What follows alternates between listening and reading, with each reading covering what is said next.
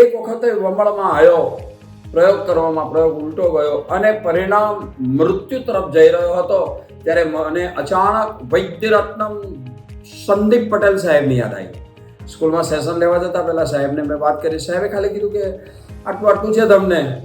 એ પહેલાં મેં બધી દુનિયાભરની પેથીઓના ટેસ્ટ મેં કરાવી દીધેલા. ફાઇલનો થપ્પો ખડકાઈ ગયેલો. બીજે દિવસે મારા નાના દીકરા ગૌતમ સાથે હું આવ્યો. સાહેબે 20 મિનિટ મને સાંભળ્યો અને એ જે રસ્તો બતાવ્યો, બીજે દિવસે વર્ષથી ચાલતી મારી સમસ્યામાંથી હું બહાર આવી ગયો.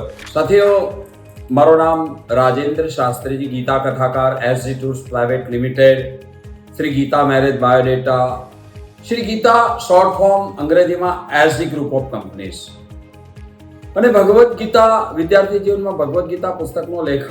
પણ ફરી પછી આ ઓકે થઈ ગયા પછીના 2-4 વર્ષ બીજી સમસ્યામાં આવ્યો અને 2 વખત મને મરતા બચાવનાર એવા વૈદ્યરત્નમ સંદીપ પટેલ સાહેબ, આપનો આભાર છે, જેની કૃપાથી આપણો ટાર્ગેટ લીધો. ભલે ધીરુભાઈ અંબાણી ગ્રુપ એક જ કંપની સ્થાપે, અદાણી એક જ કંપની, હું 5000 કંપની સ્થાપીને પછી પૃથ્વી છોડીશ.